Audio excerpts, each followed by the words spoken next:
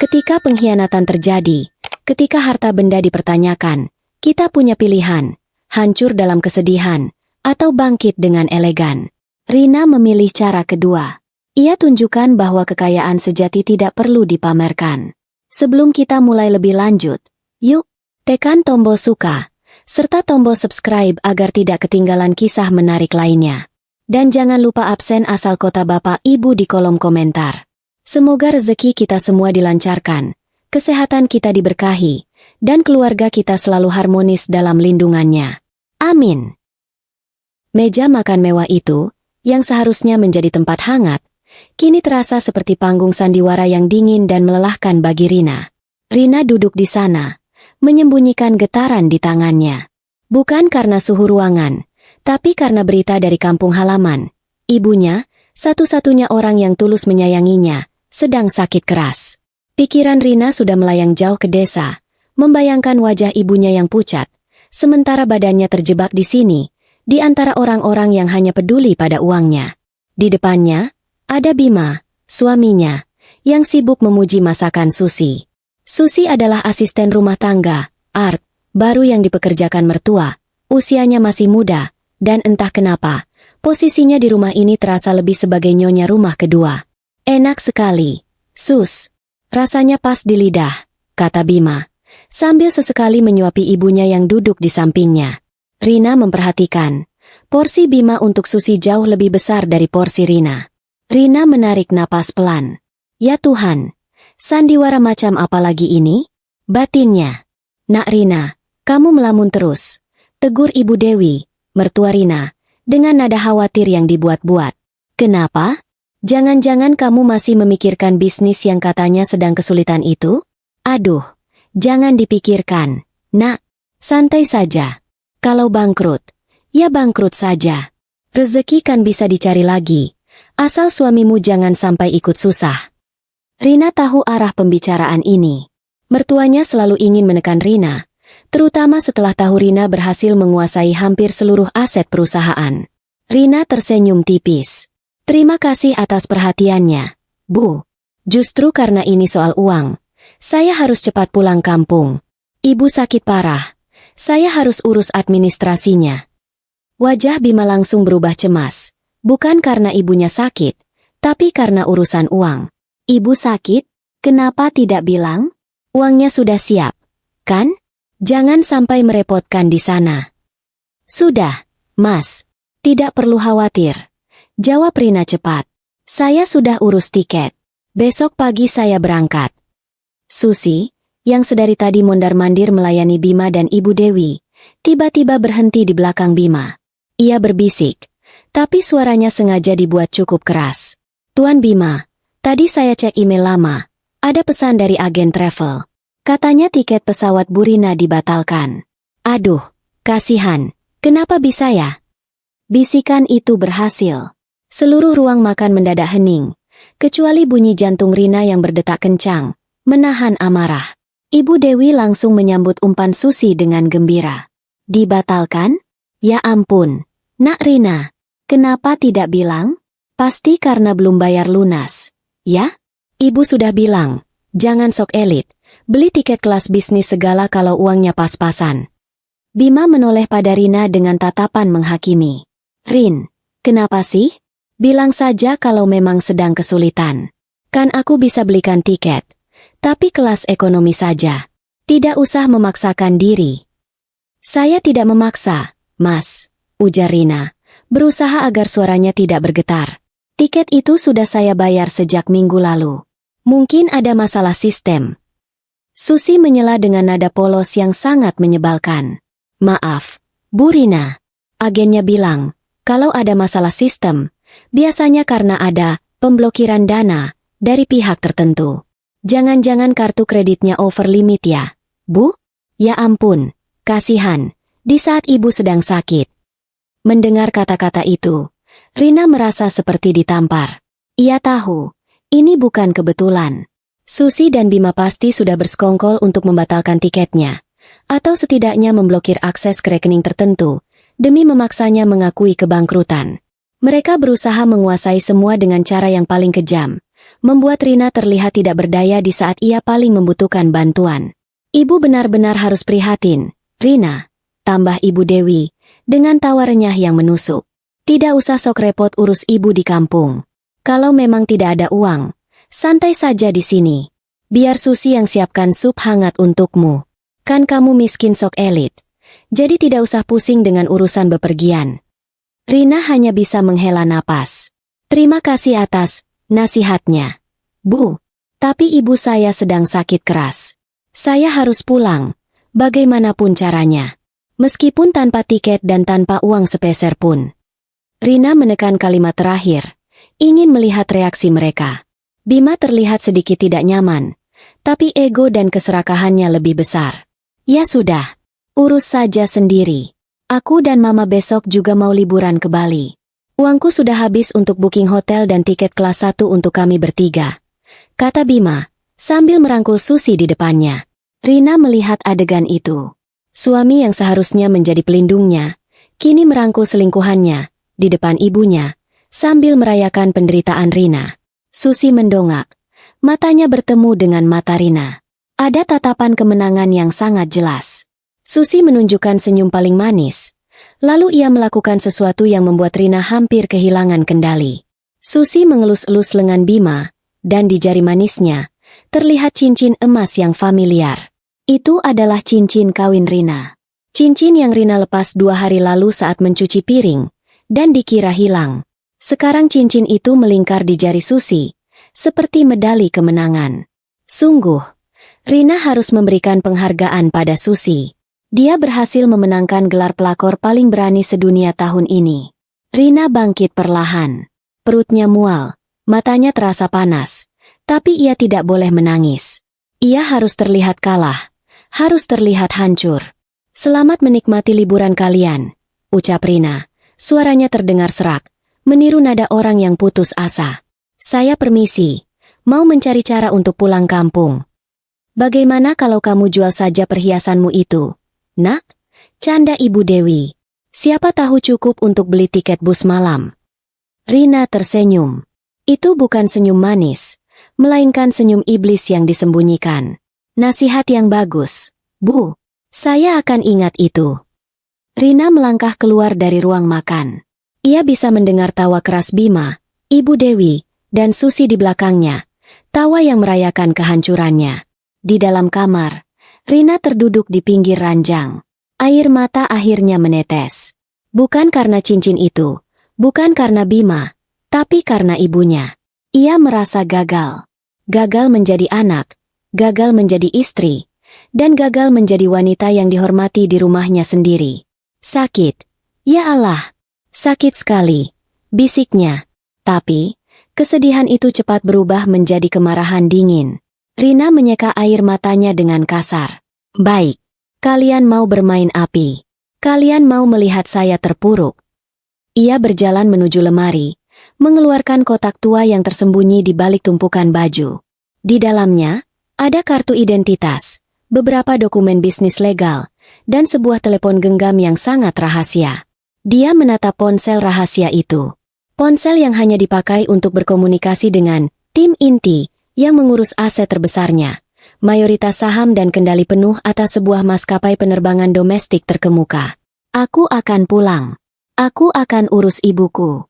Tapi sebelum itu, aku harus pastikan, kalian tidak akan pernah lagi tertawa sepuas ini, gumam Rina. Rina menekan nomor di ponsel itu. Halo, aku Rina. Tolong siapkan semuanya. Aku butuh penerbangan khusus besok pagi. Dan pastikan tiket komersial atas nama Bima, Ibu Dewi, dan Susi hangus saat aku sudah di dalam. Aku ingin melihat mereka diusir di bandara. Rina tersenyum lebar. Senyum yang penuh rencana jahat. Ternyata, jadi, wanita miskin, yang sedang berduka itu jauh lebih mudah. Terutama kalau kamu tahu, sebentar lagi kamu akan memegang kendali penuh atas langit yang mereka tumpangi. Malam itu, kamar tidur mewah yang seharusnya menjadi persembunyian Rina, terasa seperti penjara kaca yang dingin, tempat ia dipaksa melihat pantulan dirinya yang hancur. Rina duduk di sofa kulit, menatap cincin kawinnya yang kini melingkar di jari Susi, terpatri jelas dalam ingatan. Cincin itu bukan hanya sepotong perhiasan mahal, tapi simbol janji suci yang ia beli sendiri dengan uang hasil keringatnya. Dulu, Bima berjanji untuk setia dan melindungi, tapi malam ini, janji itu sudah berpindah tangan, melingkari jari seorang wanita lain di bawah atap rumah Rina. Perasaan terhina jauh lebih dalam daripada sekadar batalnya tiket pesawat. Tiket bisa dibeli lagi, tapi harga diri yang diinjak-injak di hadapan mertua dan pelakor itu, sulit sekali dicari gantinya. Ya Tuhan, setegak inikah mereka? Batin Rina memejamkan mata erat-erat. Ia sudah menduga adanya hubungan gelap, tapi melihat cincin itu di jari Susi, di hadapannya, adalah deklarasi perang yang paling kejam. Rina bangkit, berjalan mondar-mandir di kamar. Rasa putus asa karena ibunya sakit bercampur dengan bara api kemarahan. Ia harus pulang, ia harus segera menyelesaikan ini. Dia membuka lemari pakaian Bima, mencari dompetnya. Kartu-kartu Bima tersusun rapi, kartu kredit platinum, kartu debit premium. Rina mengambil dompet itu, lalu pergi ke meja rias, mengambil beberapa lembar uang tunai yang tersisa di dalam tas tangannya. Hanya ada ratusan ribu, sisa belanja mingguan yang tidak seberapa. Tiba-tiba, pintu kamar terbuka. Bima masuk, dengan senyum angkuh dan sedikit rasa bersalah yang disembunyikan. Di tangannya, ada secarik amplop putih. Rin, kenapa sih kamu harus bikin drama di meja makan? Aku kan jadi malu di depan Mama dan Susi. Bima memulai, suaranya terdengar jengkel. Rina menoleh, matanya dingin. Drama? Drama apa, Mas? Drama saya harus memohon-mohon uang receh untuk pulang menemui ibu saya yang sakit parah? Sementara kamu asyik merangkul orang lain di depan saya. Bima pura-pura tidak mengerti. Ah, Susi itu kan cuma art. Dia memang cekatan. Sudah. Tidak usah dibesar-besarkan. Nih, katanya, melempar amplop itu ke kasur. Aku kasih kamu uang. Lumayanlah, buat beli tiket bus atau kereta. Tapi jangan bilang ke Mama, ya. Rina mendekat, mengambil amplop itu. Ia membukanya perlahan. Isinya hanya beberapa lembar uang ratusan ribu. Mungkin hanya cukup untuk tiket kereta kelas ekonomi ke kota terdekat. Ini? Tanya Rina. Nadanya datar. Iya, itu cukup, kan? Jangan boros-boros, jawab Bima. Lalu ia duduk di sofa yang tadi diduduki Rina. Kan kamu lagi bangkrut. Harus hemat. Lagi pula, kalau ibu kamu sakit, kamu tidak perlu datang. Cukup kirim doa saja. Lagi pula, kan kamu harus jaga image di sini. Jangan sampai tetangga tahu kamu pulang kampung naik bus. Nanti aku malu. Rina merasakan desahan yang tertahan di dadanya. Jadi, harga ibuku yang sakit hanya setara dengan uang receh ini? Dan yang dia pikirkan hanya image-nya? Rina menaruh uang itu kembali ke amplop, lalu meletakkannya di meja. Terima kasih, Mas. Tapi saya tidak butuh uang ini. Saya punya harga diri. Bima tertawa. Tawa hambar. Harga diri? Rina, kamu mau pulang ke kampung miskin itu dengan modal harga diri? Di sana tidak ada bank yang mau terima harga diri sebagai jaminan. Sayang.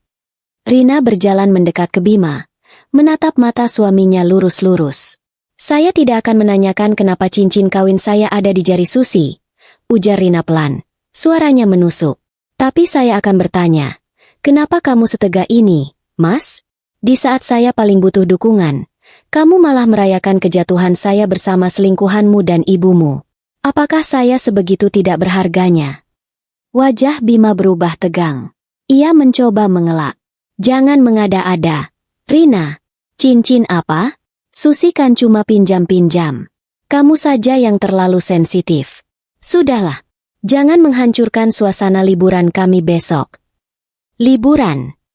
Rina menaikkan alisnya. Di saat istri kamu harus berjuang untuk ibu kandungnya yang sedang sakaratul maut, kamu malah memilih liburan mewah ke Bali dengan uang yang seharusnya untuk biaya pengobatan. Bima berdiri, ekspresi marahnya kini lebih jujur daripada penyesalannya.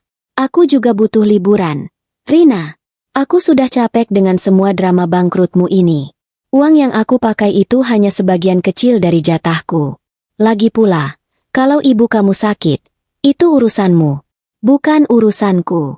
Aku sudah bayar untuk liburan ini, Dan aku tidak akan membatalkannya demi urusan keluarga miskin di kampungmu. Kata-kata itu, keluarga miskin, seperti belati yang menembus jantung Rina. Ia ingat, dulu Bima selalu berjanji akan menghormati keluarganya, apapun latar belakangnya. Sekarang, di masa sulit, janji itu hanyalah sampah.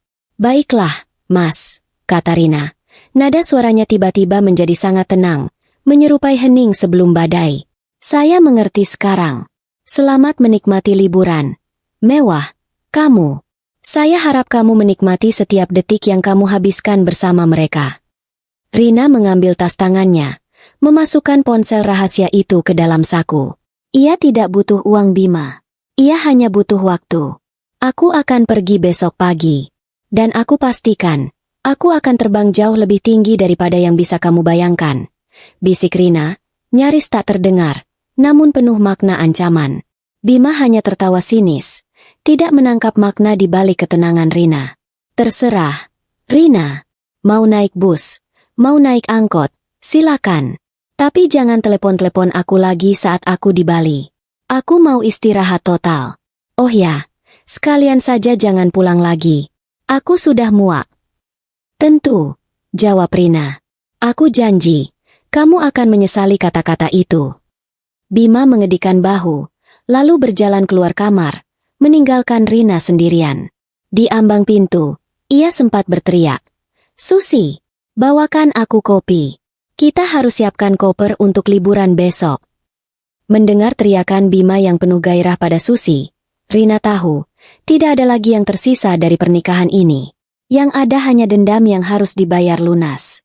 Rina duduk kembali, mengambil ponsel rahasianya. Ia melihat layar.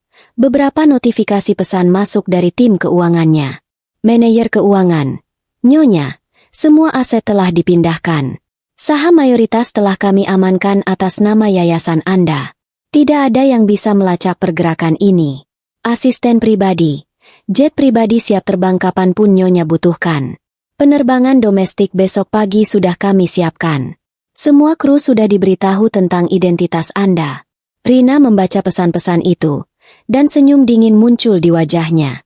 Cincin kawin yang melingkari jari Susi, tiket pesawat yang dibatalkan, uang receh yang diberikan Bima, dan hinaan mertua, semua itu kini terasa kecil. Mereka mengira Rina sudah jatuh ke titik nol. Padahal, Rina sudah terbangun dari mimpi buruk dan kini siap mengendalikan langit mereka. Rina mengambil tas koper kecil, hanya berisi baju seadanya untuk menjenguk ibunya. Ia tidak membawa perhiasan, tidak membawa barang mewah. Ia hanya membawa tekadnya. Aku akan pulang, Ibu.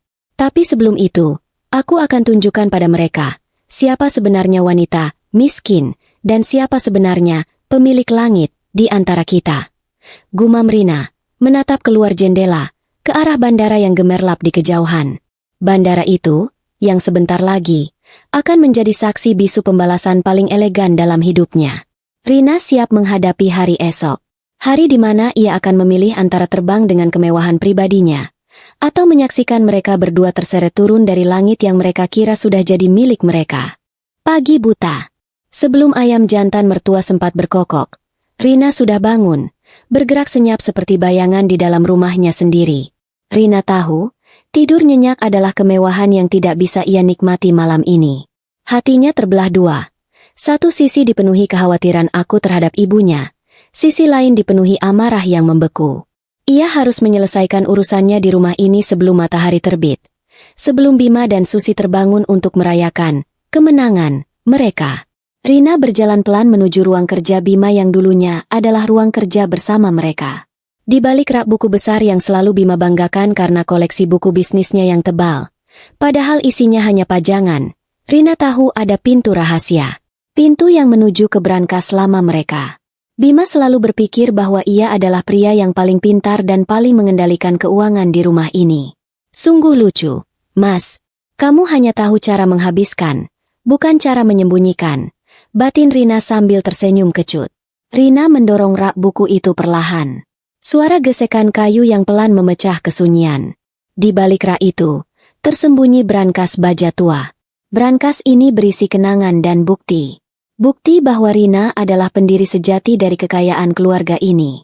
Dengan lihai, Rina memasukkan kombinasi angka.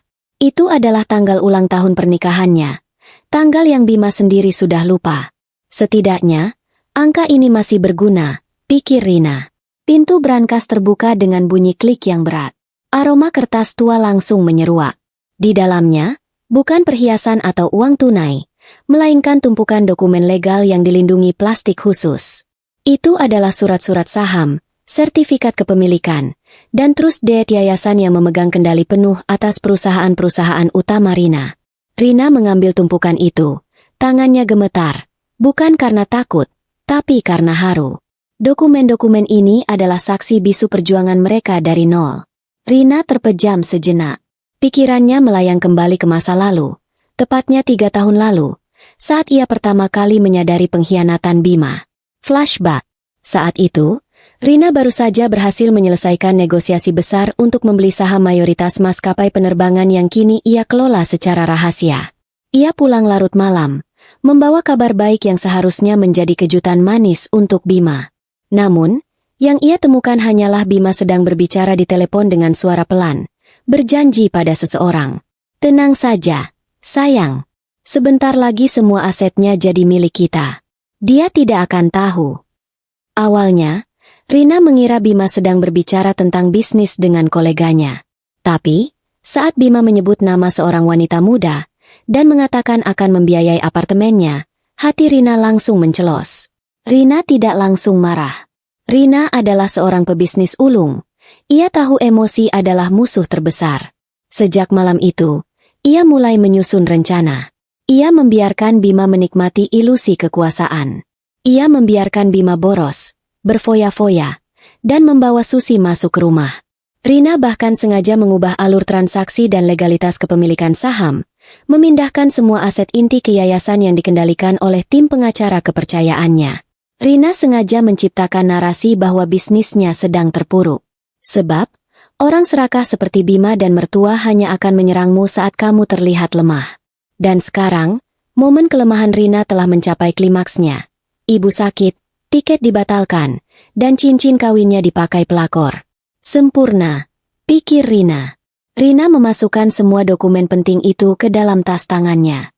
Ia tidak perlu uang tunai. Kontrol atas maskapai adalah mata uangnya sekarang. Ia kemudian menyalakan ponsel rahasianya, mengetikkan pesan pada kepala tim hukumnya. Tuan Haris, pastikan semua pembekuan aset bersama atas nama Bima segera diproses begitu jet pribadi saya take off. Dan jangan lupakan janji kita. Tidak ada toleransi, bahkan untuk 1 rupiah pun, tulis Rina, dengan ibu jari yang stabil. Setelah itu, Rina mengirimkan pesan kepada asisten pribadinya yang berada di bandara. Siapkan awak media.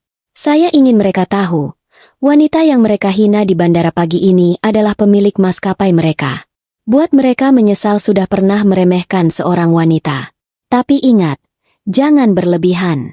Kita hanya butuh berita, bukan kegaduhan.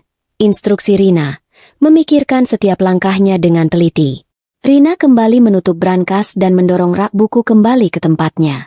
Ia berjalan keluar dari ruang kerja, menuju dapur.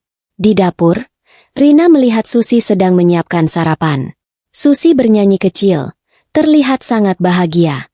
Di jari manisnya, cincin kawin Rina berkilauan. Rina mendekat, bersandar di ambang pintu. Wah, Susi, pagi-pagi sudah ceria sekali. Pasti karena mau liburan mewah ya? Tanya Rina, nadanya dibuat sangat ramah. Susi terkejut melihat Rina. Wajahnya sempat pucat, tapi ia segera menguasai diri. Oh, Bu Rina, selamat pagi. Tentu saja saya senang. Saya akan ikut Tuan Bima dan Ibu Dewi liburan. Kan saya harus mengurus mereka. Susi tersenyum lebar. Senyum yang menyebalkan. Maaf ya, Bu Rina. Kami tidak bisa membatalkan liburan kami hanya karena tiket ibu dibatalkan. Nasib orang kan beda-beda. Ada yang harus naik bus untuk menjenguk orang sakit.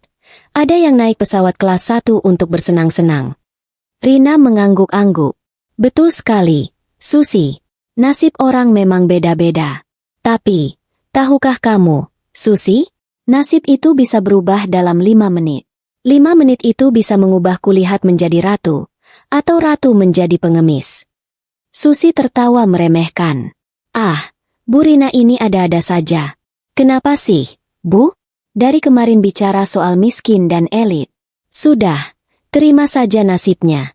Saya doakan Ibu cepat dapat tiket bus ya, biar cepat sampai di kampung. Terima kasih atas doanya, Susi, jawab Rina. Pandangannya tertuju pada cincin di jari Susi. Saya juga doakan. Semoga liburan kamu kali ini adalah yang terakhir. Nikmati, ya. Susi tidak mengerti arti di balik doa Rina. Tapi ia hanya mengangguk bangga. Pasti, Bu. Saya akan nikmati sekali. Oh ya, saya sudah masukkan koper Tuan Bima dan Ibu Dewi ke mobil. Mereka sudah menunggu di depan. Saya permisi, Bu. Susi berjalan melewati Rina. Sebelum Susi mencapai pintu, Rina memanggilnya lagi. Susi, jangan lupa, jaga cincin saya itu baik-baik, ya. Barang berharga, loh. Susi menoleh, dengan wajah penuh kemenangan. Tentu saja, Bu. Saya akan menjaganya dengan baik. Anggap saja ini hadiah perpisahan dari Tuan Bima untuk Ibu. Rina hanya tersenyum. Senyum yang membuat bulu kuduk Susi merinding. Entah kenapa, Rina berjalan keluar rumah, melewati Bima dan Ibu Dewi yang sudah duduk manis di mobil mewah mereka. Wah, sudah mau pergi, Rina? Sapa Ibu Dewi, dengan nada mengejek. Cepat sana. Jangan sampai ketinggalan bus. Oh ya, Bima sudah belikan kamu beberapa mie instan untuk bekal. Itu ada di teras. Rina melihat ke teras. Ada kantong plastik berisi beberapa bungkus mie instan. Bima dan mertua menganggapnya sebagai bekal amal. Humor yang kejam sekali. Rina membungkuk sedikit. Terima kasih banyak, Bu. Terima kasih banyak, Mas Bima. Saya doakan perjalanan kalian lancar dan tidak ada halangan sedikit pun. Rina menekankan kata halangan dengan nada manis, membuat Bima dan Ibu Dewi saling pandang, merasa sedikit tidak nyaman, tapi segera menepisnya. Sudah, Bima, ayo kita pergi. Jangan buang waktu untuk wanita yang sudah tidak punya apa-apa ini, seru Ibu Dewi. Mobil mewah itu melaju kencang, meninggalkan Rina sendirian di teras rumah. Rina mengambil bungkusan mie instan itu, tersenyum. Mie instan ya? Lumayan. Akan ku bawa. Siapa tahu ada yang butuh sarapan darurat di bandara nanti. Gumam Rina. Matanya bersinar penuh rencana. Rina tahu, saat ini ia terlihat seperti wanita yang kalah dan terbuang. Tapi, di balik penampilannya yang sederhana, ia adalah seorang ratu yang baru saja menarik diri dari sarang ular. Dan sebentar lagi, ia akan menunjukkan kepada mereka betapa kejamnya pemilik langit ketika dia memutuskan untuk membalas dendam. Bandara adalah tujuannya. Tapi, bukan untuk naik bus. Ini adalah awal dari pertunjukan tunggalnya. Rina berdiri di ambang pintu rumahnya yang megah, menatap punggung mobil mewah yang membawa suami, mertua, dan pelakornya menjauh. Sambil memegang tas tangan sederhana dan bungkusan mie instan, Rina merasakan beban emosional yang amat besar. Seharusnya, saat ini ia sudah berada di pesawat, melaju kencang menuju kampung halaman. Namun, ia malah berdiri di sini, terhina, ditinggalkan, dan dipaksa melihat kebahagiaan palsu orang-orang yang mengkhianatinya. Sabar, Rina. Ini baru awal. Rina mengingatkan dirinya sendiri. Dia melangkahkan kaki menuju mobil pribadinya yang terparkir di garasi. Mobil itu adalah salah satu aset yang sengaja ia biarkan atas nama bersama agar tidak menimbulkan kecurigaan. Rina mengemudi sendiri, meninggalkan kompleks perumahan elit itu tanpa menoleh ke belakang. Dia tidak tahu kapan akan kembali ke rumah itu, atau bahkan, apakah ia masih ingin kembali ke sana. Dalam perjalanan, telepon genggam Rina berdering kencang. Itu adalah nomor dari pamannya di kampung. Panggilan yang selalu ia takuti. Rina segera menepi dan mengangkat telepon itu. Jantungnya berdetak tak karuan. Halo, Paman? Bagaimana kondisi ibu? Tanya Rina, suaranya tercekat. Di ujung telepon, suara pamannya terdengar panik dan bergetar. Nak Rina, kamu harus cepat pulang. Kondisi ibumu kritis sekali. Dokter bilang, beliau ingin bertemu kamu untuk yang terakhir kalinya. Nak, jangan sampai kamu terlambat. Cepatlah. Air mata Rina langsung tumpah. Bukan air mata kekalahan, tapi air mata ketakutan kehilangan satu-satunya alasan dia bertahan sejauh ini. Ibunya adalah segalanya. Jangkar kehidupannya. Semua kekayaan, semua aset. Terasa tidak ada artinya jika ia harus kehilangan ibunya. Ini bukan lagi soal balas dendam. Ini soal hidup dan mati. Rina harus tiba di sana sekarang. Rina menyeka air matanya dengan tangan. Wajahnya yang semula tenang, kini berubah menjadi keras dan fokus. Paman, jangan khawatir. Saya akan sampai di sana secepat yang saya bisa. Tahan sebentar ya. Paman, tolong, bisikan ke ibu, kalau Rina sedang dalam perjalanan. Rina menutup telepon. Ia tidak punya waktu untuk naik bus. Ia tidak punya waktu untuk menunggu penerbangan komersial biasa. Rencana yang ia susun semalam harus dieksekusi detik ini juga. Rina mengeluarkan ponsel rahasianya, menghubungi asisten pribadinya yang berada di bandara. Ganti rencana. Aku tidak mau menunggu. Persiapkan jet pribadiku. Aku ingin take off dalam waktu 1 jam.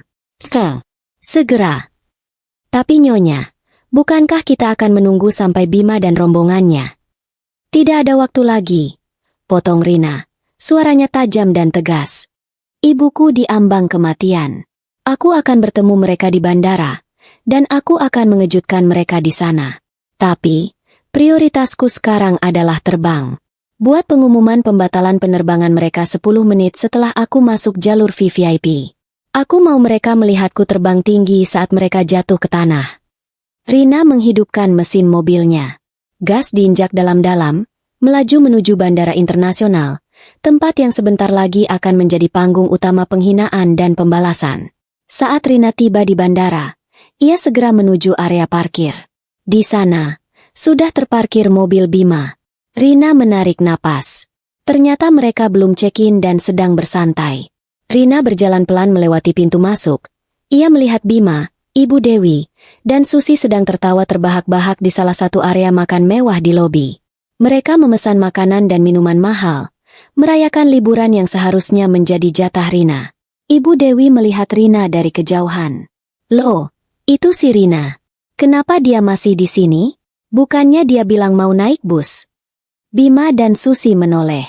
Melihat Rina yang datang dengan wajah lelah dan tas tangan sederhana, mereka semakin besar kepala. Bima bangkit, berjalan menghampiri Rina dengan langkah sombong. Hei, Rina, kenapa kamu di sini? Sudah dapat tiket bus? Kok masih di bandara? Jangan-jangan kamu mau pura-pura check-in lagi biar dikira orang kaya. Rina menatap Bima, ekspresinya datar. Saya datang untuk mengurus sesuatu yang lebih penting dari tiket. Mas, saya datang untuk memastikan. Susi menyusul Bima, dengan cincin kawin Rina berkilauan di jarinya. Memastikan apa, Bu Rina? Memastikan kalau kartu kreditnya sudah diblokir semua. Ya? Aduh, kasihan sekali. Tuan Bima, sebaiknya kita pergi. Jangan dekat-dekat dia. Nanti kita ketularan sial. Ibu Dewi ikut mendekat. Tangannya memegang tas tangan bermerek yang dibelikan Rina. Betul kata Susi. Rina, lebih baik kamu pulang saja. Di sini mahal. Kalau kamu kelaparan, nih. Ibu Dewi mengambil uang 100 ribuan dari dompetnya dan melemparkannya ke lantai. Ambil itu. Buat beli nasi bungkus di luar bandara. Jangan sampai kamu bikin malu Bima di tempat umum. Uang itu tergeletak di lantai marmer bandara. Rina melihat uang itu, lalu menatap mertua, suami, dan pelakor secara bergantian. Penghinaan ini sudah melewati batas nalar. Rina membungkuk, tapi bukan untuk mengambil uang itu. Rina mengambil bungkusan mie instan yang tadi ia bawa. Ia tersenyum, senyum yang sangat menakutkan. Terima kasih atas amalnya, Bu Dewi. Tapi saya tidak butuh uang ini. Saya hanya ingin tahu, apakah kalian yakin, sangat yakin, kalau penerbangan kalian ke Bali akan berjalan mulus? Tanya Rina, suaranya sangat tenang, berlawanan dengan gejolak di hatinya. Bima tertawa keras. Tentu saja mulus. Rina, kami naik maskapai terbaik, kelas 1. Bukan maskapai murahan yang tiketnya dibatalkan seperti punyamu. Bagus, kata Rina. Ia melemparkan bungkusan mie instan itu ke tong sampah terdekat. Kalau begitu, saya permisi dulu. Nikmati penerbangan kalian. Semoga kalian tidak menyesal sudah memilih maskapai itu. Rina berbalik, menjauh dari mereka. Bima, Ibu Dewi, dan Susi hanya tertawa, menganggap Rina sudah gila karena frustrasi. Mereka yakin, Rina akan menangis sendirian di sudut bandara. Mereka tidak tahu, Rina tidak menuju kaunter tiket biasa. Rina sedang menuju gerbang rahasia yang tersembunyi. Rina melangkah pergi, meninggalkan Bima, Ibu Dewi, dan Susi yang tertawa bangga, tidak sadar bahwa mereka baru saja mengucapkan selamat jalan kepada pemilik maskapai yang akan menentukan nasib penerbangan mereka. Rina berjalan menjauh dari lobi mewah, menuju area check-in penerbangan komersial domestik yang padat dan ramai. Ini adalah bagian dari rencana pertunjukannya. Rina tahu, Bima, mertua, dan Susi pasti mengawasi gerak-geriknya dari jauh. Mereka ingin melihat Rina hancur, memohon-mohon. Dan Rina akan memberikan tontonan yang mereka inginkan. Tontonan terakhir sebelum tirai panggung mereka sendiri ditutup. Rina sengaja memilih kaunter salah satu maskapai yang paling ramai. Dia berdiri dalam antrian panjang, terlihat lesu dan cemas, persis seperti penumpang biasa yang sedang mengalami masalah besar. Antrian itu bergerak sangat lambat. Rina melihat jam tangannya. Ia punya waktu terbatas. Ibunya menunggu. Tapi drama ini harus tuntas. Sesekali, Rina pura-pura menengok ke belakang, seolah mencari seseorang. Tentu saja, orang yang dicari adalah Bima dan rombongannya. Dan benar saja, di kejauhan, di balik pilar besar, Rina melihat bayangan Bima dan Susi yang berdiri sedikit tersembunyi, mengawasi Rina dengan senyum mengejek. Mertua pasti sedang duduk di kursi tunggu VIP, menunggu kabar baik dari dua mata-mata itu. Setelah hampir 15 menit, tibalah giliran Rina. Selamat pagi, Mbak. Ada yang bisa saya bantu? Sapa petugas kaunter dengan ramah. Rina menyodorkan kartu tanda penduduk, KTP, lamanya, dengan wajah yang dibuat penuh harap dan sedikit panik. Selamat pagi, Mas. Saya Rina. Saya ingin check-in. Tiket saya dibatalkan mendadak. Saya sudah bayar lunas, tapi statusnya pending. Saya harus segera terbang sekarang. Ibu saya sakit keras. Petugas itu memeriksa data di komputernya. Ekspresi petugas itu langsung berubah menjadi bingung. Mohon maaf, Bu Rina. Setelah saya cek tiket atas nama Anda memang dibatalkan total. Dan di sini tercatat pembatalan dilakukan atas permintaan pihak ketiga, beberapa hari yang lalu. Rina memegang lengan petugas itu. Aktingnya harus meyakinkan. Tolong, Mas. Tolong sekali. Saya mohon. Bisakah Anda bantu saya? Saya bisa bayar biaya denda berapapun. Saya tidak peduli kelasnya. Yang penting saya bisa terbang. Ini urusan hidup dan mati. Di kejauhan, Bima dan Susi saling tatap. Tawa mereka pasti sudah tertahan di tenggorokan. Lihat Rina. Dia hancur. Pasti itu yang ada di pikiran mereka. Petugas itu menggelengkan kepala. Tampak bersimpati tapi tidak berdaya. Saya benar-benar minta maaf, Bu Rina. Kami tidak bisa. Semua penerbangan penuh. Dan ini bukan masalah denda. Sistem sudah mengunci pembatalannya. Anda harus menghubungi pihak agen yang membatalkan. Rina menarik napas panjang. Ekspresinya berubah dari memohon menjadi benar-benar putus asa. Ia menundukkan kepala, membiarkan rambutnya menutupi wajah. Ia berdiam di sana selama beberapa detik, seolah sedang menangis. Ini adalah puncak aktingnya. Rina ingin Bima dan Susi melihat kekalahannya yang total. Ya Tuhan, apa yang harus kulakukan sekarang? Bisik Rina, cukup keras agar Bima dan Susi bisa membaca gerak bibirnya. Petugas itu akhirnya menyarankan dengan lembut. Mungkin Anda bisa coba maskapai lain, Bu? Tapi sepertinya hari ini semua padat. Atau, Anda bisa mencoba transportasi darat. Rina mengambil KTP-nya kembali. Ia mengucapkan terima kasih dengan suara yang sangat pelan dan serak, menyerupai tangisan tertahan. Ia berbalik, berjalan gontai, meninggalkan kaunter check-in yang ramai itu. Saat berjalan melintasi lobi, Rina memastikan jalannya melewati posisi Bima dan Susi. Bima tidak tahan. Ia berjalan menghampiri Rina. Wajahnya menyeringai. Gimana, Rina? Sudah dapat tiket ke surga? Tuh kan aku bilang, jangan sok elit. Mending kamu tadi ambil uangku, buat beli tiket kereta ekonomi. Susi berdiri di samping Bima, menyentuh lengan Bima manja. Cincin kawin Rina di jari Susi terasa mengejek. Sudahlah, Tuan Bima. Kasihan Bu Rina. Lagi banyak musibah. Mungkin dia butuh uang receh lagi buat beli minum. Nih, Bu. Susi mengeluarkan beberapa koin dari saku celananya dan menjatuhkannya ke lantai, tepat di depan sepatu Rina. Ambil, Bu. Buat beli air mineral. Biar tidak dehidrasi di bandara, kata Susi. Tawanya terdengar sangat meremehkan. Rina melihat koin-koin itu. Koin yang jumlahnya tidak ada artinya, tapi mewakili seluruh hinaan yang ia terima. Rina hanya menatap Susi. Tatapannya kosong. Ia kemudian menunduk, bukan untuk mengambil koin, tapi untuk melihat sepatu Bima. Rina tahu, Bima paling benci jika sepatunya kotor. Tanpa berkata apa-apa, Rina berjalan lurus, meninggalkan koin-koin itu tergeletak. Ia memilih duduk di bangku tunggu umum yang letaknya agak tersembunyi, tempat di mana penumpang pesawat kelas bawah biasanya menunggu. Bima dan Susi kembali ke tempat mereka, tertawa senang. Wanita itu sudah hancur. Dia tidak akan bisa pulang, Tuan Bima. Dia sudah kalah total, bisik Susi. Manja.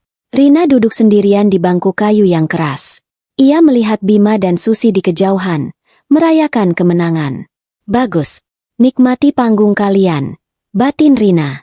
Rina mengeluarkan ponsel rahasianya. Ia melihat jam. Waktu sudah menunjukkan pukul 9 pagi. Waktu yang tepat. Ia mengetikkan pesan pada timnya. Aku sudah berada di posisi. 5 menit lagi. Siapkan kedatangan tim VVIP di gerbang tersembunyi. Dan pastikan, mereka semua melihatku saat aku bangkit dari bangku ini. Rina menyandarkan kepalanya ke dinding. Ia memejamkan mata sejenak, menenangkan dirinya. Pikirannya kembali pada ibunya. Ibu, tunggu Rina sebentar lagi. Rina akan datang dengan cara yang paling terhormat. Setelah ini, tidak akan ada lagi yang berani menghina Rina dan keluarga kita, bisik Rina. Rina membuka matanya. Ekspresi putus asa sudah lenyap, digantikan oleh ketenangan baja. Pertunjukan pura-pura sudah selesai. Sekarang, waktunya pertunjukan sesungguhnya. Rina duduk sendirian di bangku kayu keras, di sudut bandara yang jauh dari gemerlap lobi utama. Posisi ini ia pilih bukan karena kebetulan, melainkan untuk memastikan sandiwaranya terlihat otentik. Rina sengaja memilih area yang didominasi oleh penumpang yang membawa banyak barang bawaan, dengan wajah letih menunggu penerbangan murah. Disinilah ia menempatkan dirinya, sebagai wanita yang terpuruk dan tak punya pilihan. Ia melihat ke arah lobi mewah. Bima, Ibu Dewi, dan Susi baru saja selesai check-in dan sedang berjalan menuju ruang tunggu eksklusif mereka. Mereka berjalan dengan langkah angkuh. Susi tampak bangga menenteng tas baru yang pasti dibelikan Bima. Perpisahan yang kejam itu sebentar lagi akan mencapai klimaksnya, pikir Rina. Susi, yang selalu ingin menang, tiba-tiba menunjuk ke arah Rina. Bima dan Ibu Dewi pun ikut menoleh. Wajah mereka menyeringai lebar. Mereka tidak repot-repot menghampiri Rina. Merasa Rina tidak layak lagi diajak bicara dari dekat. Ibu Dewi melambaikan tangan dengan gerakan berlebihan, seolah melambaikan tangan pada pengemis di jalan. Ia berteriak. Suaranya sengaja dikeraskan agar Rina mendengarnya jelas. Selamat tinggal, Nak Rina. Semoga kamu cepat dapat tumpangan. Jangan lupa, kalau naik bus, jendela harus ditutup rapat, ya, biar debunya tidak bikin kamu tambah dekil. Bima tertawa, lalu dengan gerakan pamer, ia mencium kening Susi tepat di depan mata Rina, seolah ingin menegaskan, peranmu sudah digantikan. Susi menyambut ciuman itu dengan manja, lalu ikut berteriak. Sampai jumpa di rumah ya, Bu Rina. Nanti saya akan video call dari kolam renang di Bali. Semoga Bu Rina tidak iri. Rina hanya menatap balik, tanpa emosi, tanpa air mata. Ia membiarkan penghinaan itu masuk, seperti membiarkan racun masuk, karena ia tahu, sebentar lagi ia akan menemukan penawarnya. Melihat Rina hanya diam, Bima merasa tidak puas. Ia mengeluarkan ponselnya, mengambil foto selfie bersama Susi dan mertua, dengan latar belakang keramaian bandara. Rina yakin, foto itu pasti akan dikirimkan padanya, atau bahkan diunggah ke media sosial untuk mempermalukannya. Setelah puas melancarkan ejekan terakhir, Bima dan rombongan melenggang masuk ke pintu ruang tunggu eksekutif, yang biasanya hanya bisa diakses oleh penumpang kelas 1 atau pemegang kartu premium. Bagi mereka, Rina sudah tamat. Rina adalah masa lalu yang menyedihkan. Rina melihat pintu itu tertutup. Ia menarik napas panjang. Ini dia. Waktu pertunjukan. Rina mengecek jam di ponsel rahasianya. Tepat pukul 9.30. Rina bangkit dari bangku kayu itu. Ia merapikan sedikit pakaiannya yang memang sederhana. Ia tidak perlu make up tebal. Ia hanya perlu aura. Aura seorang pemilik. Tiba-tiba, sebuah suara tegas dan hormat memecah kebisingan area tunggu itu. Permisi. Apakah Anda Nyonya Rina?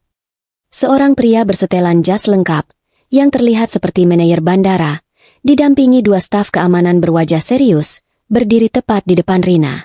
Pria itu tampak sangat rapi dan formal, sangat kontras dengan keramaian di sekitarnya. Beberapa penumpang yang duduk di dekat Rina langsung menoleh, terkejut melihat sosok formal itu berinteraksi dengan wanita berpenampilan biasa seperti Rina. Ya, saya Rina. Ada yang bisa saya bantu? Jawab Rina, suaranya tenang, sudah kembali ke mode bisnis. Pria bersetelan jas itu membungkuk sedikit, gestur yang sangat jarang terlihat di area publik bandara. Mohon maaf atas penundaan ini, Nyonya. Kami baru saja menerima instruksi darurat. Kami diminta untuk segera mengantar Anda. Semua sudah siap. Jet pribadi Anda siap take off dalam 15 menit. Rina hanya mengangguk santai, seolah hal ini adalah rutinitas pagi. Namun, pengakuan itu, jet pribadi Anda, cukup untuk membuat beberapa pasang mata di sekitar Rina membelalak kaget. Manajer bandara itu kemudian menyerahkan sebuah kartu akses yang sangat eksklusif, berwarna emas hitam. Silakan, Nyonya. Kami akan mengantar Anda melalui jalur VVIP. Tolong ikuti saya. Rina mengambil kartu itu, lalu dengan langkah tenang dan berwibawa, ia berjalan mengikuti manajer bandara, meninggalkan bangku kayu dan area tunggu yang berisik. Perjalanan Rina tidak melalui jalur umum. Manajer bandara membawanya ke koridor tersembunyi, menuju sebuah pintu tanpa tanda yang dijaga oleh dua petugas keamanan bandara. Pintu itu persis di samping pintu masuk lounge eksekutif yang baru saja dimasuki Bima, Ibu Dewi, dan Susi. Saat Rina dan rombongan VVIP-nya berhenti di depan pintu tersembunyi itu, tepat di seberang jendela besar, ia melihat bayangan Bima dan Susi yang sedang tertawa sambil menyesap kopi mahal mereka di dalam lounge. Rina mengambil jeda. Ia membetulkan sedikit kerah bajunya yang sederhana. Ia mengambil napas. Tolong, Pak Manajer. Tolong bukakan pintu VVIP ini. Sedikit lebih lambat. Ya, saya ingin ada yang melihat saya masuk, pinta Rina, dengan senyum tipis yang penuh makna. Manajer bandara mengerti. Ia memberi isyarat kepada petugas keamanan untuk membuka pintu. Di balik kaca tebal ruang tunggu eksekutif, Bima, Ibu Dewi, dan Susi tiba-tiba berhenti tertawa. Mata mereka membelalak melihat Rina, wanita yang baru saja mereka hina, kini dihormati oleh manajer bandara dan sedang diantar masuk melalui jalur rahasia VVIP. Wajah mereka bertiga langsung pucat. Mereka tidak percaya dengan apa yang mereka lihat. Wanita yang dituduh, miskin sok elit, itu, kini masuk ke jalur yang bahkan mereka tidak punya aksesnya. Rina melirik ke arah mereka. Ia tersenyum, bukan senyum sinis, tapi senyum penuh kemenangan yang tersembunyi. Ia tidak berteriak, ia tidak perlu bicara. Tatapan matanya sudah mengatakan segalanya. Permainan ini belum berakhir. Rina melangkah masuk ke balik pintu rahasia itu, meninggalkan Bima, Ibu Dewi, dan Susi yang membeku kaku di ruang tunggu mewah mereka. Pintu VVIP itu tertutup perlahan, seolah menutup babak lama kehidupan Rina. Rina sudah masuk ke jalurnya. Dan kini, giliran mereka yang akan merasakan bagaimana rasanya berada di luar, diabaikan, dan terhina. Begitu pintu VVIP tertutup, kebisingan bandara seolah lenyap ditelan kesunyian yang mewah. Rina berada di dalam sebuah dunia yang berbeda.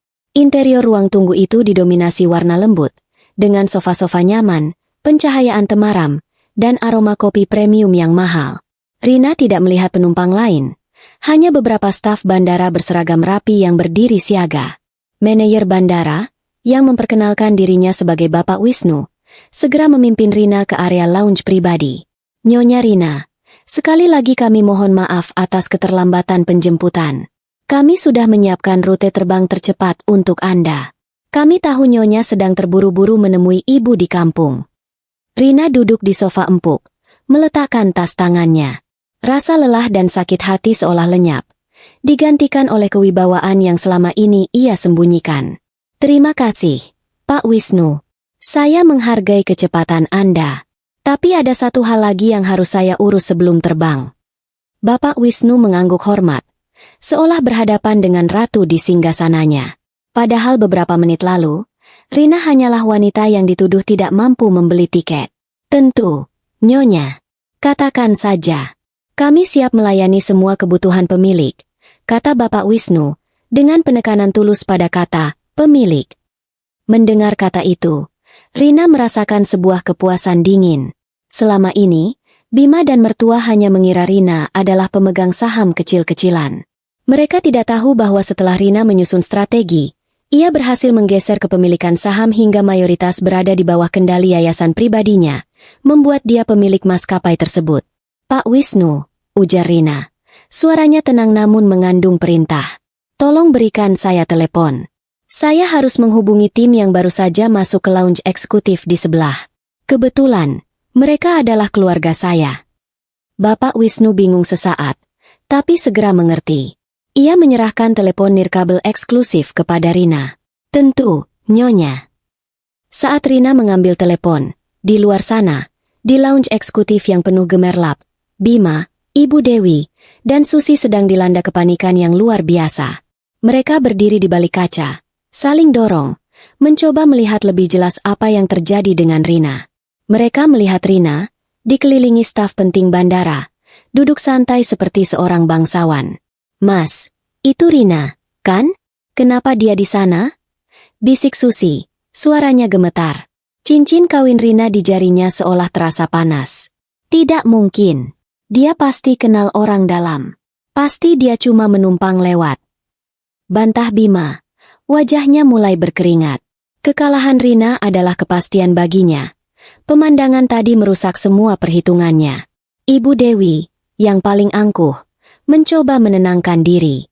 Tidak usah panik. Paling dia cuma cleaning service yang dikira tamu penting. Ayo, kita boarding.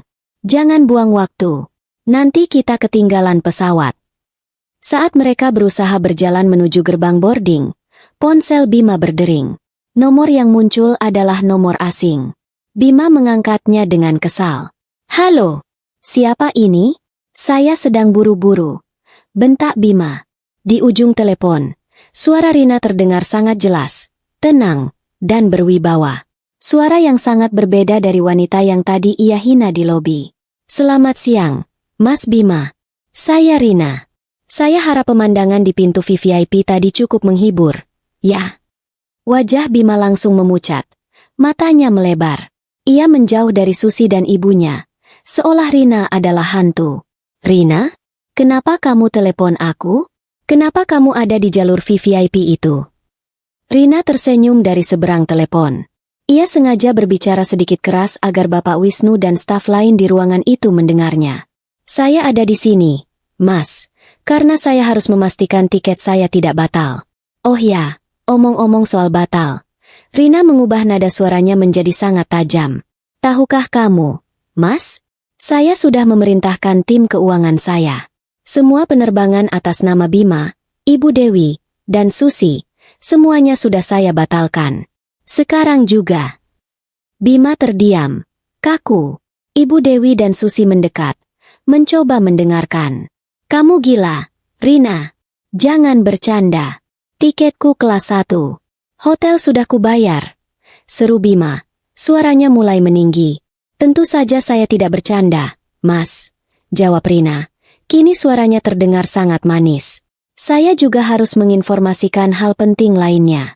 Semua aset, rekening bank bersama, dan kartu kredit premium atas nama kamu, Ibu Dewi, dan Susi, sudah saya blokir total melalui yayasan saya.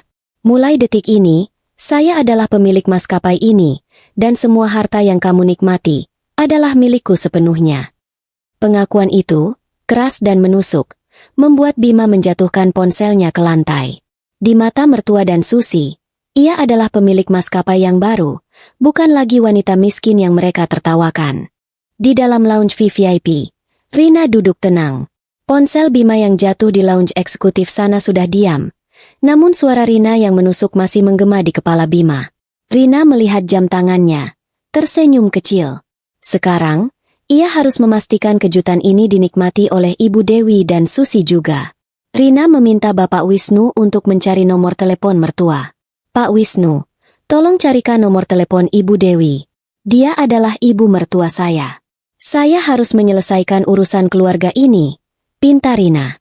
Bapak Wisnu mengangguk, tanpa bertanya. Dalam hitungan detik, ia sudah kembali dengan telepon. Nomor sudah terhubung, Nyonya Rina. Rina menerima telepon itu, menarik napas sejenak, dan mengubah nada suaranya menjadi sangat sopan, seperti seorang menantu yang menghormati. Di seberang sana, Ibu Dewi sedang panik, memarahi Bima yang pucat pasi setelah mendengar ancaman Rina. Bima, kenapa kamu diam saja? Kenapa Rina bisa masuk jalur VVIP itu? Cepat hubungi dia. Jangan sampai dia benar-benar memblokir kartu-kartu kita, teriak Ibu Dewi. Tiba-tiba, ponsel Ibu Dewi berdering. Layar menunjukkan nomor tidak dikenal. Ibu Dewi mengangkatnya dengan kesal. Halo, siapa ini? Jangan mengganggu saya, bentak Ibu Dewi. Selamat siang, Bu Dewi. Ini Rina. Sapa Rina. Nadanya manis dan tenang.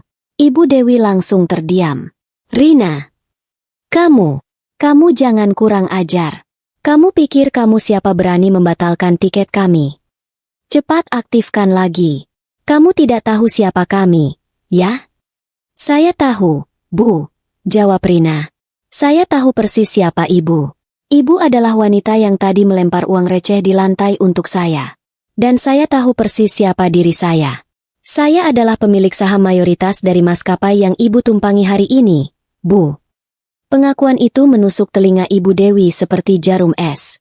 Ibu Dewi jatuh terduduk di sofa mewah. Susi dan Bima langsung mendekat. Wajah mereka benar-benar pias. Tidak mungkin. Kamu bohong. Itu uang Bima. Kami tidak akan percaya. Cepat batalkan pembekuan aset kami, Rina.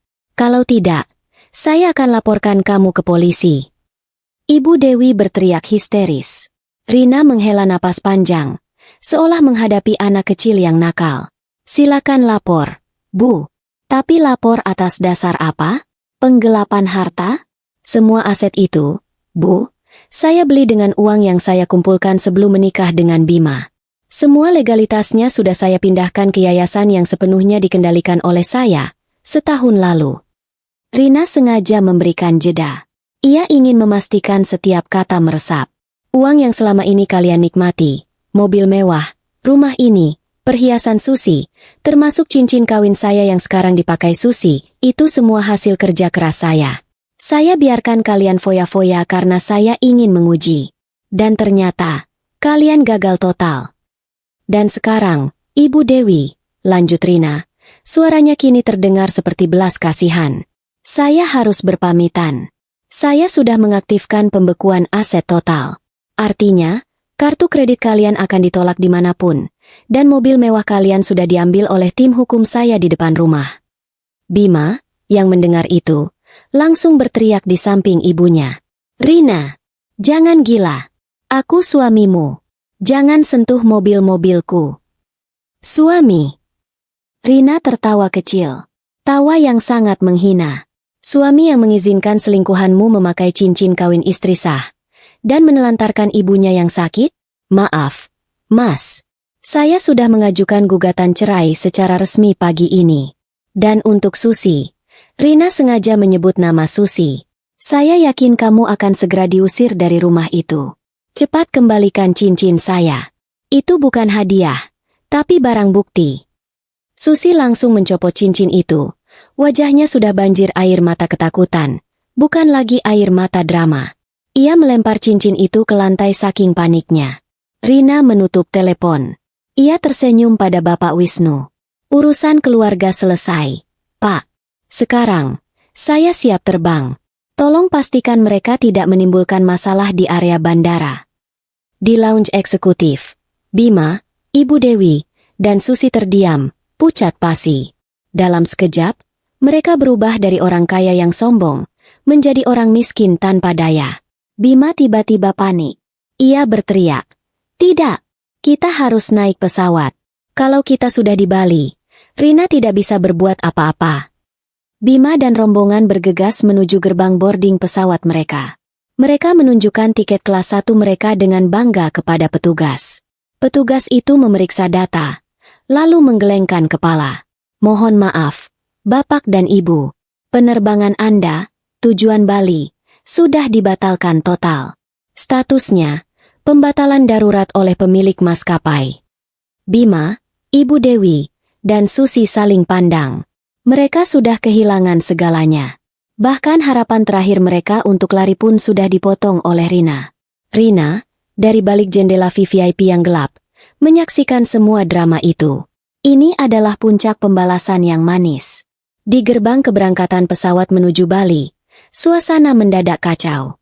Bima, Ibu Dewi, dan Susi berdiri di sana, dikelilingi oleh petugas keamanan bandara dan manajer gate.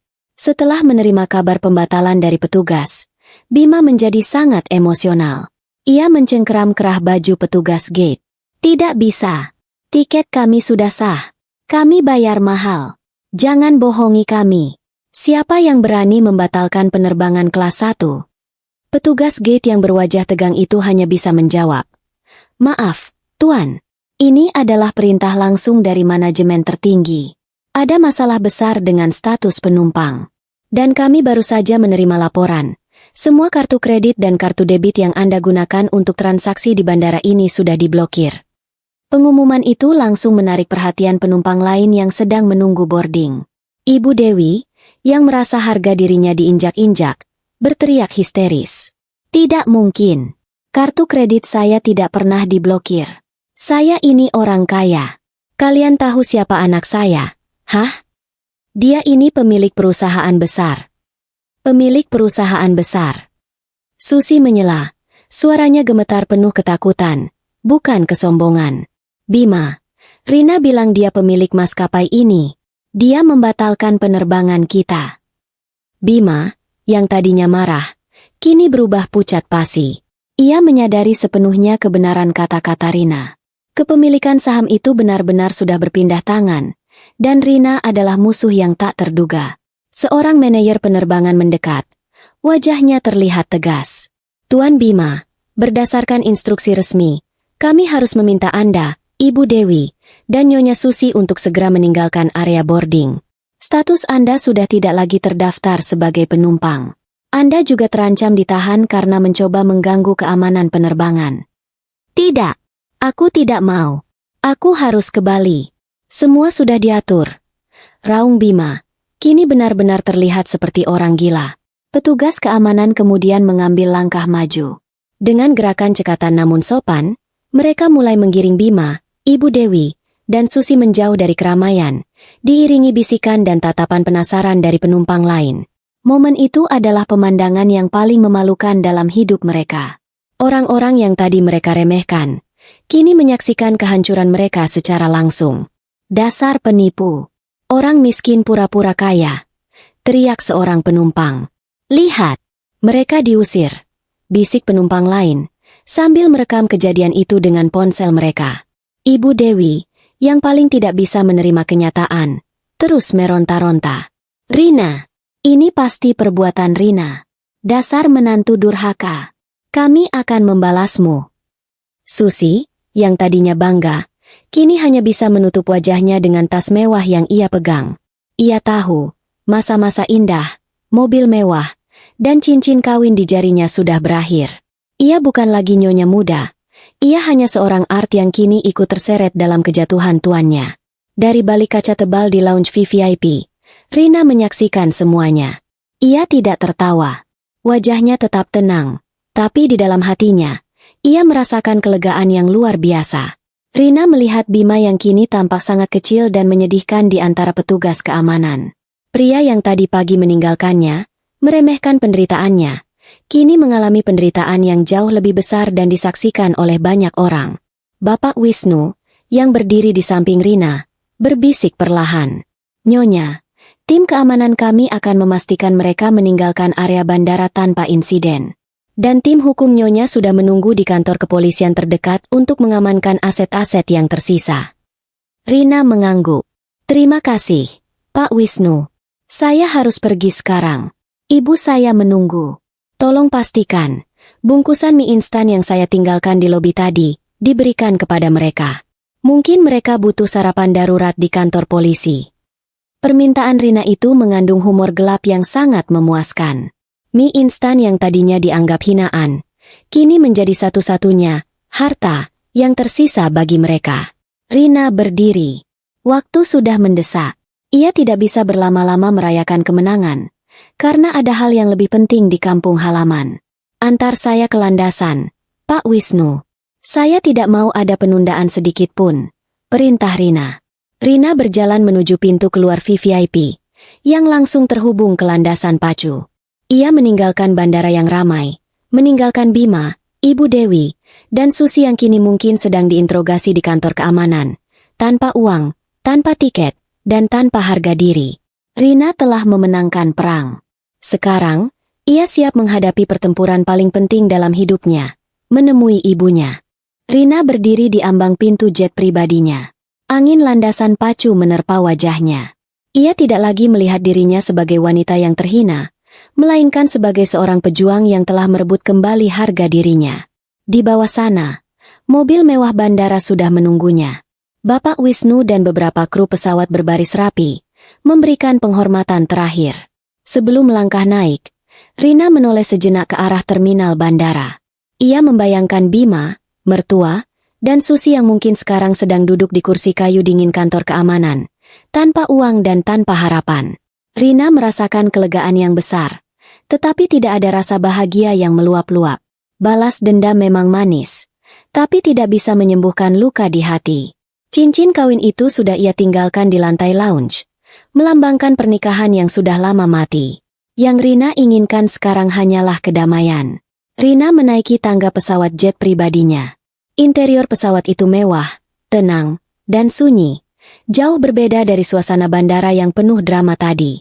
Saat Rina duduk di kursi yang nyaman, pramugari pribadi mendekat. "Nyonya Rina, pesawat siap take off. Apakah ada permintaan khusus sebelum terbang?" "Tidak ada. Hanya pastikan penerbangan ini lancar dan cepat," jawab Rina. Ia kemudian mengambil waktu sejenak, memejamkan mata. Pikirannya kembali kepada ibunya. Tujuan utamanya tidak pernah berubah. Ibu.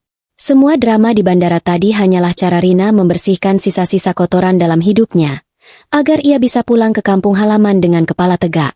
Ia tidak ingin ibunya yang sakit melihatnya pulang sebagai wanita yang patah hati dan bangkrut. Rina mengeluarkan ponsel rahasianya, menghubungi pamannya lagi. "Paman, ini Rina. Sebentar lagi saya sampai. Tolong pastikan ibu tetap tenang. Katakan padanya, saya pulang. Dan saya tidak datang dengan tangan kosong. Saya datang dengan membawa kabar baik," kata Rina. Suaranya kini penuh harap. Jet pribadi itu melaju kencang, lalu lepas landas dengan mulus. Dalam waktu singkat, Rina sudah berada di atas awan, menembus langit. Di bawah sana, bandara yang dipenuhi cerita kehancuran dan keangkuhan itu terlihat kecil dan tidak berarti. Rina tahu, hidupnya akan berubah total setelah ini. Perceraian pasti akan terjadi. Ia harus memulai segalanya dari awal, tapi kali ini, ia memulai sebagai wanita yang sepenuhnya bebas, berdaulat, dan tidak lagi terbebani oleh pengkhianatan. Setelah beberapa jam, jet pribadi Rina mendarat di bandara terdekat dari kampung halamannya. Rina disambut oleh tim ground support yang sudah disiapkan. Ia tidak lagi berpenampilan seperti wanita terpuruk. Kini ia memancarkan wibawa dan ketenangan seorang pemimpin. Rina menaiki mobil yang sudah disiapkan, langsung menuju rumah sakit di kampung. Saat Rina memasuki ruangan ibunya, hatinya mencelos. Ibunya terlihat sangat lemah, namun mata ibunya bersinar begitu melihat Rina datang. Rina, kamu pulang, nak. Bisik ibunya. Suaranya sangat pelan. Rina mendekat, menggenggam tangan ibunya erat-erat. Iya, Bu. Rina pulang. Maaf Rina terlambat. Tapi Rina pulang dengan bangga, Bu. Rina menceritakan semua yang terjadi, bukan tentang balas dendamnya, tapi tentang keputusannya untuk meninggalkan semua yang meracuni hidupnya. Ia menceritakan bagaimana ia merebut kembali apa yang menjadi haknya. Ibunya tersenyum tulus. Ibu tidak pernah ragu denganmu. Nak, kamu wanita yang kuat. Sekarang, kamu sudah bebas. Tinggalkan masa lalu itu. Fokus pada dirimu dan kebahagiaanmu. Rina menangis. Tapi ini adalah tangisan yang melegakan. Ia sudah mendapatkan restu dan pengakuan yang sesungguhnya. Sementara Rina merawat ibunya di kampung, di bandara sana, nasib Bima, Ibu Dewi, dan Susi berakhir tragis. Mereka dijemput oleh petugas kepolisian untuk mempertanggungjawabkan aset-aset yang diblokir dan potensi gugatan cerai Rina. Mereka terpaksa pulang naik bus umum, membawa serta rasa malu yang tak terobati. Mereka yang mengira Rina sudah jatuh, tidak tahu bahwa Rina hanya sedang mengambil ancang-ancang untuk terbang setinggi mungkin. Rina menghabiskan beberapa hari di kampung, merawat ibunya hingga kondisinya membaik. Ia menyadari, kekayaan terbesar bukanlah maskapai yang ia miliki, melainkan ketenangan hati dan cinta tulus dari keluarga. Di hari kepulangannya, Rina berjanji pada ibunya untuk tidak lagi menoleh ke belakang. Ia akan menggunakan kekuasaannya untuk hal-hal yang lebih baik. Rina terbang kembali ke Jakarta. Kali ini, ia terbang sebagai wanita yang utuh. Ia telah meninggalkan suaminya yang serakah, mertuanya yang angkuh, dan pelakor yang culas. Rina, si pemilik maskapai yang miskin sok elit, akhirnya menemukan arti kebebasan yang sesungguhnya di atas awan.